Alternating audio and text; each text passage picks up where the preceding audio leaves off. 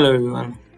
आज के लेसन में हम लर्न करेंगे कि एफिडेविट ऑफ सपोर्ट क्या होता है और इसको कैसे फिल करते हैं। इसको फॉर्म I-864 भी बोलते हैं। बेसिकली एफिडेविट ऑफ सपोर्ट आप फाइल करते हैं अपने रिलेटिव के लिए जिसको आप यूएस में इमिग्रेशन के लिए बुला रहे हैं, स्पॉन्सर किया है, तो उनकी प्रोसेसिंग हुई है पाकिस्तान में, इंडिया में, किसी भी मुल्क में, तो आपको affidavit of support further processing के लिए फ़ाइल करना होगा वीज़ा प्रोसेसिंग से पहले, टू टेल द USCIS कि आपके पास सफिशेंट इनकम है, सपोर्ट है अपने रिलेटिव को, अपनी वाइफ को, हस्बैंड, पेरेंट्स, ब्रदर, सिस्टर, जो भी हैं, डिपेंड्स किस कैटेगरी के लिए आप फाइल कर रहे हैं। तो USCIS इंश्योर करना चाहता है आपके पास सफिशिएंट फंड है उनको सपोर्ट करने के लिए यूएस में। समझ आ गई? हम एग्जांपल लेंगे कि हम ये फॉर्म फाइल कर रहे हैं स्पाउस के लिए। फर्स्ट सेक्शन हम छोड़ देंगे USCIS ऑफिसर के लिए, सेकंड फॉर अटर्नी इसको भी हम छोड़ेंगे। हम आते हैं यहाँ पे प्रिंट, ये कह रहे हैं कि टाइप और प्रिंट इन ब्लैक इंक। यहाँ आप टाइप करेंगे अगर कंप्यूटर में, वरना ब्लैक इंक में आप इसको लिखेंगे अगर आपने प्रिंट किया है और हाथ से लिखे हैं। इसमें एग्जांपल ले रहे हैं जी, I am the sponsor submitting this affidavit of support, कि मैं स्पॉन्सर हूँ, मैं एफिडेविट ऑफ सपोर्ट फाइल कर रहा हूँ। मैंने अपना नाम लिख दिया एग्जांपल के तौर पे। अब यहाँ पे से one of the check mark हमने करना है। मैं कह रहा हूँ कि I am the petitioner, I am filing this immigration, I am filing for the immigration of my relative. इसमें कह रहा है कि मैंने ही पिटिशन फाइल की इमिग्रेशन की अपने रिलेटिव के लिए और मैं ही इसको स्पॉन्सर कर रहा हूँ। ठीक है, ये एलियन वर्कर के लिए हम इस सिचुएशन में, इस कैटेगरी में जो स्पाउस की, हम इसको छोड़ देंगे, इसको भी छोड़ देंगे। इसमें हम दी ओनली जॉइंट स्पॉन्सर है। लेट्स से जो ओरिजिनल पिटिशनर है मैं हूँ, अब मेरी इनकम सफिशिएंट नहीं है, ठीक है, अपने रिलेटिव को सपोर्ट करने के लिए, तो फिर मैं एक जॉइंट स्पॉन्सर लूँगा अपने किसी ब्रदर, सिस्टर, रिलेटिव को। समझ आ गई? अगर आप एक खुद के लिए तो फाइल करोगे, ठीक है, वो एक तो कर रहे हो आप ही एक एप्लीकेशन, फिर आपको एक दूसरी एप्लीकेशन लेनी होगी अगर आपकी इनकम कम है तो वो जॉइंट स्पॉन्सर हो जाएगा। फिर समटाइम जॉइंट स्पॉन्सर की भी इनकम सफिशिएंट नहीं होती, तो फिर आपको 2 जॉइंट स्पॉन्सर लेने होंगे, जिसमें से वो दूसरा, पहले वाला कहेगा मैं पहला हूँ, तो अगर दूसरा फाइल करेगा तो वो कहेगा मैं 2 जॉइंट स्पॉन्सर में से मेरा दूसरा नंबर है। समझ आ गई है? अगर इस सिचुएशन में आएंगे IE1E में, तो इसका मतलब कि आप 3 एप्लीकेशंस फाइल करेंगे, एक ओरिजिनल पिटिशनर करेगा, 2 जॉइंट स्पॉन्सर करेंगे। Does it make sense? लेकिन हम कह रहे हैं मेरी ही इनकम सफिशिएंट है एग्जांपल के तौर पे, तो मैं पेपर वर्क फाइल कर रहा हूँ। इसमें ये सेक्शन आएगा अगर जो ओरिजिनल पिटिशनर है वो डिसीज है, वो दुनिया में अब नहीं है, तो फिर जो सब्स्टिट्यूट स्पॉन्सर है वो ये फाइल करेगा और वो कहेगा कि मैं, जो शख्स इमिग्रेंट है जो यूएस में आएगा, या वो ऑलरेडी यूएस में है, समटाइम यूएस में होते हैं तो आप एडजस्टमेंट ऑफ स्टेटस फाइल करते हैं, चाहे यूएस में है, चाहे पाकिस्तान में है, इंडिया, बांग्लादेश, किसी भी मुल्क में, आपको ये affidavit of support document file करना होगा। सो वो बता रहे हैं कि मैं जो शख्स इमिग्रेंट है मैं उसका अंकल हूँ, ओके, या ब्रदर हूँ, या जो भी रिलेशन होगा आप वो लिख सकते हैं, फैमिली फ्रेंड लिख सकते हैं आप, ओके, अगर आप ये चूज करते हैं। So will go with the first one. इसमें इंफॉर्मेशन आ जाएगी आपकी, आप अपनी इंफॉर्मेशन जो है ना बताएंगे कि आपका जो प्रिंसिपल इमिग्रेंट है, यानी कि जिसके लिए आप ये पिटीशन फाइल कर रहे हैं, जिसको इन डॉक्यूमेंट की बेस पे यूएस आएंगे, अगर वो पाकिस्तान में, इंडिया में है, या वो ऑलरेडी यूएस में है, तो जिनको इमिग्रेशन स्टेटस मिलेगा उनकी इन्फॉर्मेशन है। हम स्पाउस की एग्जांपल ले रहे हैं, तो ये उनका एग्जांपल के तौर पे मैंने नाम लिख दिया, कोई भी पिकअप किया है, तो ये नाम, first name, last name, middle name, not applicable, अगर है तो आप लिख देंगे। मेलिंग एड्रेस आपको लिखना होगा, मैंने एग्जांपल के तौर पे लिख दिया है जी, mailing address let's say 786 Dallas drive, apartment है, स्वीट है, फ्लोर है, जो भी एप्लीकेबल है वो लिखेंगे। सिटी लिख दी स्टेट लिख दी। अच्छा, ये फिल करेंगे जब जो इंटेंडेड इमिग्रेंट है जिसके लिए आप ये पेपर वर्क फाइल कर रहे हैं वो ऑलरेडी यूएस में है। अगर वो यूएस में नहीं है, आउट ऑफ कंट्री हैं, तो फिर आप वहाँ का एड्रेस लिखेंगे। समझ आ गई? इंडिया में इंडिया का एड्रेस लिखेंगे, पाकिस्तान में पाकिस्तान का एड्रेस लिखेंगे। अदर इंफॉर्मेशन में वो पूछ रहे हैं कि उनकी क्या नेशनैलिटी है, तो हम लिख रहे हैं जी वो पाकिस्तान की नेशनैलिटी है। डेट ऑफ बर्थ आप यहाँ पे लिखेंगे। एलियन नंबर और यूएससीएस अकाउंट नंबर नहीं होगा आपके पास तब तक, अगर है तो वो लिखेंगे। तो अगर आउट ऑफ कंट्री है तो ऑफ कोर्स नहीं होगा, तो फिर इसको हम ऐसे ही ब्लैंक छोड़ देंगे। उनका फ़ोन नंबर लिखेंगे। अब यहाँ पूछ रहे हैं I am sponsoring the principal immigrant named in part 2। सही कह रहे हैं, देखिए मैं इस शख्स को, ये पार्ट 2 है, को स्पॉन्सर कर रहा हूँ, तो आप इसको यस कर देंगे। नो में होगा कि वो पूछेंगे दूसरे कौन से फैमिली मेम्बर्स हैं, लेकिन हम चूँकि स्पाउस के हवाले से बात कर रहे हैं और हमारा सिर्फ एक ही एप्लीकेंट है, तो हम ये चूज़ करेंगे और चूज़ नहीं होंगे। ठीक है, इस कैटेगरी में जिसमें हम स्पाउस के लिए कर रहे हैं।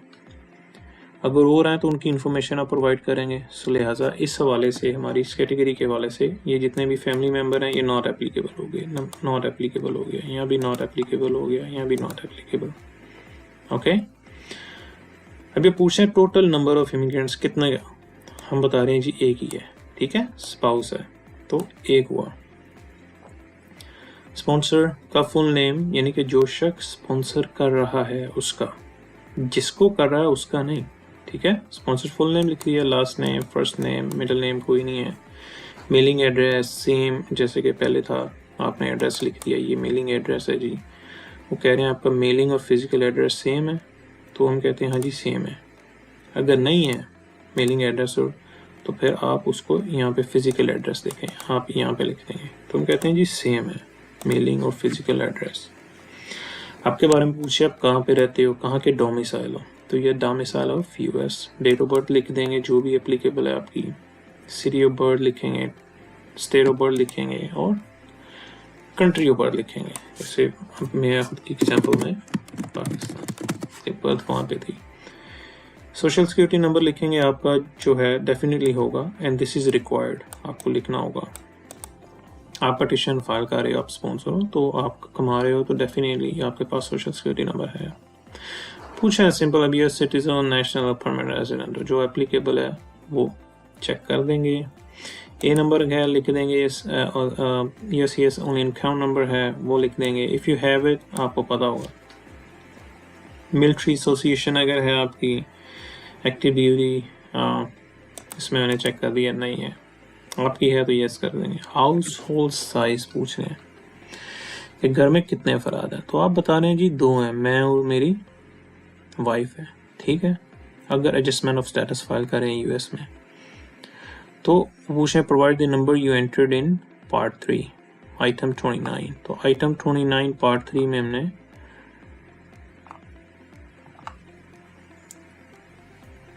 फाइल किए ये। ठीक है, तो हमने 1 लिखा था, तो हम 1 यहाँ पे लिख देंगे। यहाँ पे person not sponsored in this affidavit, तो आप ये ऑलरेडी उन्होंने फिल किया होता है, इसको मैंने लिखा था, ये पहले से ही था। तो वो कह रहे हैं कि खुद को तो आप स्पॉन्सर नहीं कर रहे, राइट? तो आप कह रहे हैं अगर आपकी शादी हुई है तो हम स्पॉन्सर बेस फाइल कर रहे हैं ना, स्पाउस बेस, तो हम कह रहे हैं हाँ जी 1 हो गया, 1 स्पाउस के लिए हो गया। ठीक है, अब ये एप्लीकेबल अगर बच्चे हैं, if you have children dependent, आप उसकी इन्फॉर्मेशन लिख देंगे। If you have any other dependent, जैसे फैमिली मेम्बर को होता है, भाई है, बहन है, पेरेंट्स, वो डिपेंडेंट है, तो आप उनकी इन्फॉर्मेशन लिख देंगे। तो हम कह रहे हैं नहीं है। अगर कोई और भी जो है, if you have sponsored any other person on this form who are now lawful permanent resident, यानी कि एप्लीकेशन आपने पहले किसी और के लिए अगर फाइल की है, भाई के लिए, बहन के लिए, पेरेंट्स के लिए की है, तो फिर जितने जितने लोगों के लिए की है उसकी इन्फॉर्मेशन लिखेंगे आप। हम इसमें कह रहे हैं नहीं है। अगर ये form if you have sibling, parents, adult children with the same principal residence, जो अपनी इनकम कंबाइन करके सपोर्ट कर रहे हैं, लेट्स से कि आपके कोई फैमिली मेम्बर्स हैं जो सेम रेजिडेंस में रह रहे हैं, वो भी अपनी इनकम को कंबाइन कर रहे हैं इस पिटीशन के लिए, अगर एप्लीकेबल है तो लिख देंगे, वरना नहीं लिखेंगे। अब आपका हाउस होल्ड साइज क्या होगा? हमारा हाउस होल्ड साइज होगा, अगर तो वो यूएस में है तो 2 हो गए, फिर यहाँ पे 1 नहीं होगा।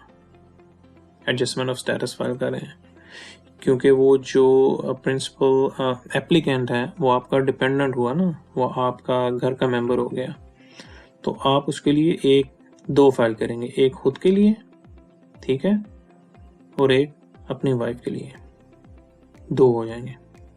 यहाँ पे you can do that too, okay.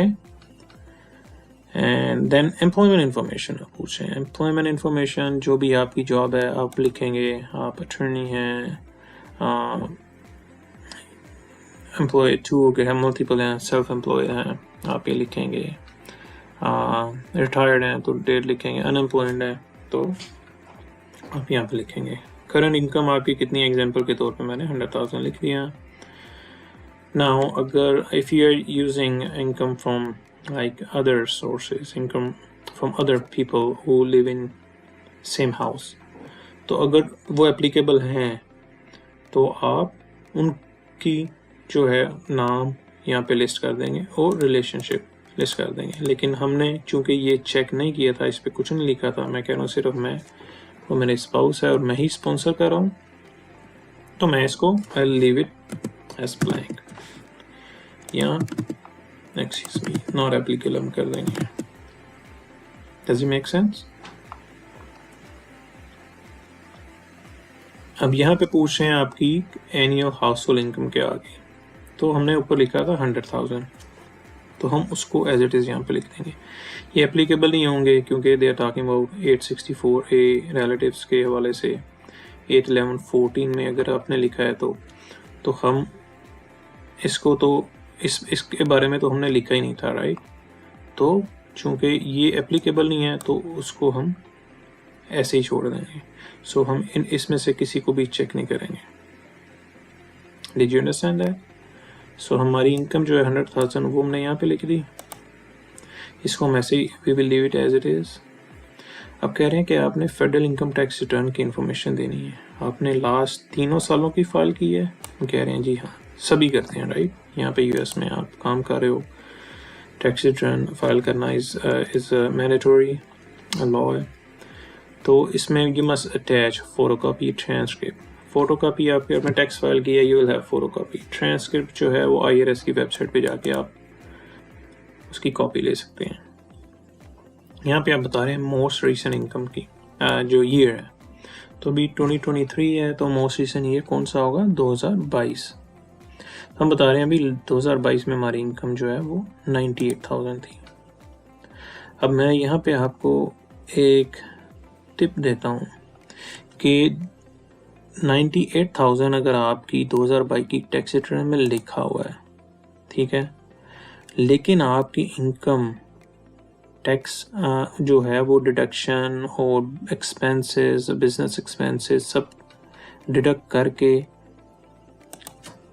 जो फाइनल निकली वो निकली 8,000, तो कैस व्हाट, ये पिटिशन एक्सेप्ट नहीं करेंगे एफिडेविट ऑफ सपोर्ट। वो कहेंगे कि आपके सफिशिएंट इनकम नहीं है, आपके अकाउंट में जो सालाना इनकम है आपकी वो सफिशिएंट नहीं है अपने रिलेटिव को सपोर्ट करने के लिए, क्योंकि वो फेडरल, ये देखें ऊपर पॉवर्टी गाइडलाइंस को देखते हैं। अब इसका क्या मतलब है मैं आपको समझाता हूँ। लेट्स से कि अभी हमने ऊपर, आपको याद होगा आपने कहा आपका हाउस होल्ड साइज कितना है, 2 है, ठीक है, एक वाइफ है और एक आप हैं, 2 लोग हैं। अब USCIS देखना चाहता है कि 2 लोगों की इनकम, यानी कि इतनी इनकम है कि 2 लोगों के लिए सपोर्ट कर सकते हैं। जो पटिशनर है उसकी इतनी इनकम है, तो बहुत सारे स्टूडेंट्स लोग सवाल पूछते हैं कि कितनी इनकम चाहिए, हमने एक शख्स को स्पॉन्सर करना है तो हमारी कितनी इनकम होनी चाहिए, राइट। 3 को करना है, कितनी इनकम होनी चाहिए, लोगों को नहीं पता होता। मैं आपको बताता हूँ आप कहाँ पे देखोगे, ये पॉवर्टी गाइडलाइंस डॉक्यूमेंट है, डिड यू सी दैट? इसमें आप जाएंगे यहाँ पे, ये देखें 100% ऑफ पॉवर्टी गाइडलाइन ये एप्लीकेबल नहीं होगा अनलेस कि आप US आर्म फोर्सेस में हो। अगर आप यूएस आर्म फोर्सेस में नहीं हो तो आपको ये देखना, ये सेक्शन देखना होगा, ठीक है। अब हमने कहा हम सिर्फ 2 लोग हैं, मैं और वाइफ, राइट। तो फिर आपकी जो इनकम है वो इतनी होनी चाहिए कम से कम, और ये विदाउट डिडक्शन और बिजनेस एक्सपेंसेस की डिडक्शन के होने चाहिए। आप समझ रहे हैं? मिसाल के तौर पे आपने वहाँ पे जैसे लिखा था, ये देखें, आपने लिखा था कि मेरी इनकम तो, और टैक्स रिटर्न में भी लिखा हुआ है 98,000 है, 98,000, लेकिन आपने फिर बिजनेस एक्सपेंसेस उसकी डिडक्शन भी की है, राइट, जो भी वैलिड होगी, तो वो सब करके आपकी इनकम हो गई जो उसमें 8,000, ठीक है। ये आपकी टैक्स रिटर्न में लिखा होगा। तो वो यूएससीएस वाले 98,000 को नहीं मानेंगे, वो कहेंगे ये डिडक्शन के बाद तो आपकी पिछली सालाना इनकम तो सारी 8,000 बची है, तो आपको चाहिए कितना है? 2 लोगों के लिए 24,650, लिहाजा वो क्या करेंगे? बूम, डिनाई कर देंगे इसको। आई मीन डिनाई नहीं करेंगे, ऐसा नहीं होगा कि इसको भेज देंगे कि ओके आप दोबारा फाइल करें। वो बेसिकली RFE लगाते हैं, इसको रिक्वेस्ट फॉर एविडेंस। वो डॉक्यूमेंट आपको भेज देंगे कि आपकी इनकम सफिशिएंट नहीं है, आप कोई जॉइंट स्पॉन्सर लगाएं, जो मैंने जॉइंट स्पॉन्सर का कॉन्सेप्ट ऊपर बताया था। समझ आ गई? It's very simple.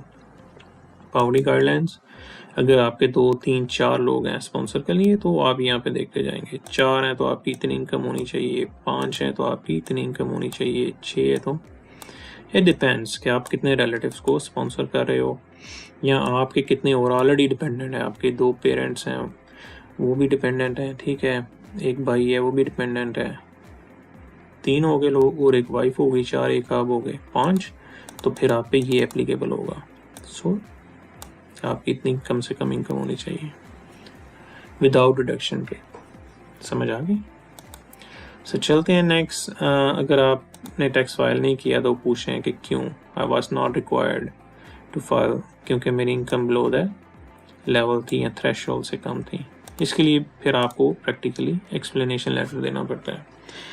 एसेट्स अगर कोई और हैं, आप दिस इज़ ऑप्शनल, ये देख रहे हैं, ये ऑप्शनल है। आप you leave it as blank, you don't have to write it down.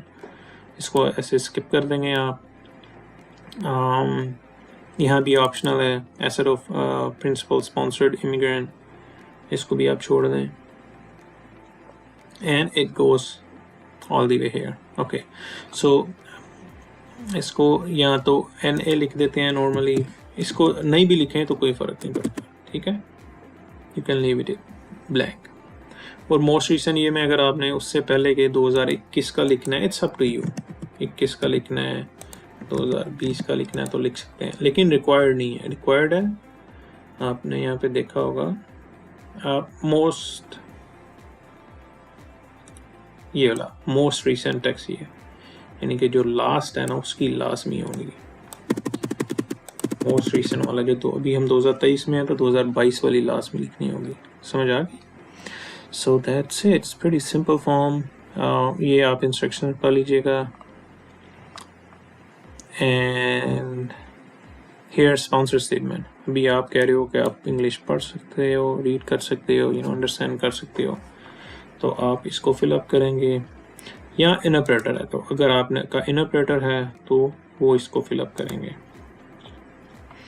आपने यहाँ पे नंबर लिखना है, सेल नंबर लिखना है, ईमेल एड्रेस लिखना है, रिक्वायर्ड नहीं है, इट्स ऑप्शनल। यहाँ पे आप सिग्नेचर साइन करेंगे। मैं जैसे कि हमेशा पिछली वीडियोस में भी कहा है कि आपने साइन करने हैं, मैं आसान अल्फाज में कहता हूँ हाथ से साइन, यानी कि कंप्यूटराइज सिग्नेचर नहीं, दे आर नॉट एक्सेप्टेबल, और सिग्नेचर, अंडरस्टैंड है। और ये आ गया इंटरप्रेटर का।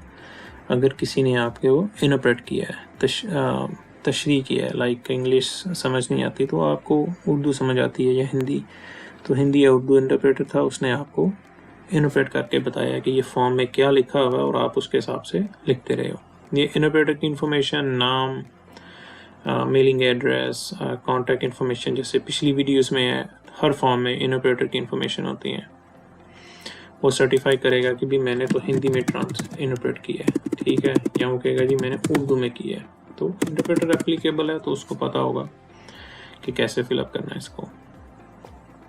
इंटरप्रेटर के सिग्नेचर होंगे, डेट, यहाँ पे प्रिपेयर है, लेट्स से कि फॉर्म मैंने फिल नहीं किया, ठीक है, भाई ने फिल किया है, पेन ने या अटर्नी ने फिल किया, किसी ने भी, तो वो फिर अपना नाम लिखेगा, यानी कि प्रिपेयर नहीं है, प्रिपेयर कोई और है अगर आप ही हैं, so then you will leave it blank. आप सिर्फ सिग्नेचर यहाँ पे करेंगे, डेट लिखेंगे, that's it, you are done.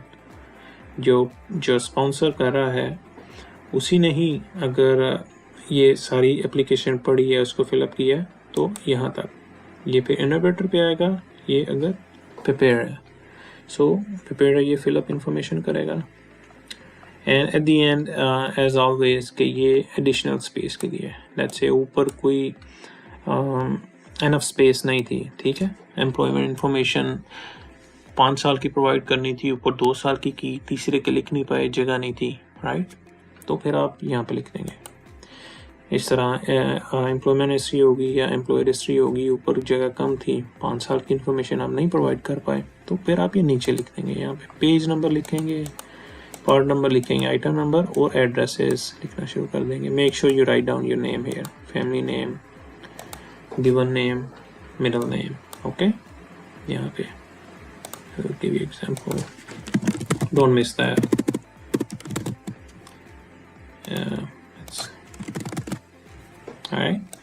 ये ब्लैंक छोड़ दें, लिख दें, डजंट मैटर। अगर मिडिल नेम नहीं है, अगर मिडिल नेम है तो आप लिखेंगे आगे। Alright guys, it was pretty simple form, but it is really important, very important, क्योंकि इसके बिना आपका जो intended immigrant है उसको status नहीं मिलेगा, क्योंकि अगर आप sufficient support नहीं कर सकते तो आपको तो प्रिंसिपल इमिग्रेंट को स्टेटस नहीं मिलेगा। इनकम कम है तो जैसा कि मैंने ऑप्शन बताई है कि आप यहाँ से अनदर पटिशनर, अनदर जो है ना पर्सन ले सकते हैं, जॉइंट स्पॉन्सर ले सकते हैं, 2 जॉइंट स्पॉन्सर ले सकते हैं। लेकिन याद रखिएगा, गौर से सुनिएगा, अगर एक जॉइंट स्पॉन्सर है तो आप 2 एप्लीकेशन फाइल कर रहे हैं, एक खुद जो जिसने पेपर वर्क फाइल किए हैं पटिशनर, और दूसरा जॉइंट स्पॉन्सर। अगर 2 जॉइंट स्पॉन्सर हैं इसका मतलब आप 3 एप्लीकेशंस फाइल कर रहे हैं, एक पटिशनर और 2 जॉइंट स्पॉन्सर। समझ आ गई? That's it, was pretty simple. आप खुद से इसको फिलअप कर सकते हैं, just watch these instructions video, step by step आप इसको देखें और आप अपनी एप्लीकेशन फिलअप कर सकते हैं, USCIS को सबमिट कर सकते हैं। आई होप कि आपको वीडियो पसंद आई है। Thank you so much for watching.